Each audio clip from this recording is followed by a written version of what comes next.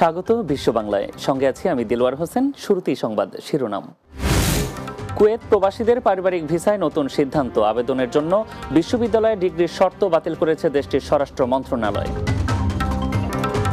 শুনছিলেন শিরোনাম, নিয়ে যাচ্ছি পুরো খবরে।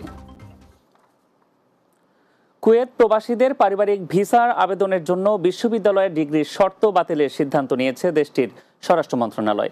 কুয়েত প্রতিনিধি আহা জুবেদ জানান, দেশটির স্থানীয় ইংরেজি দৈনিক আরব টাইমস এ প্রকাশিত সংবাদে উল্লেখ করা হয়, কুয়েতের স্বরাষ্ট্র মন্ত্রণালয়ের সিদ্ধান্তের ভিত্তিতে প্রবাসীরা বিশ্ববিদ্যালয়ের ডিগ্রিধারী শর্ত ছাড়াই স্ত্রী ও 14 বছরের কম বয়সের সন্তানদের কুয়েতে নিয়ে আসতে পারবেন।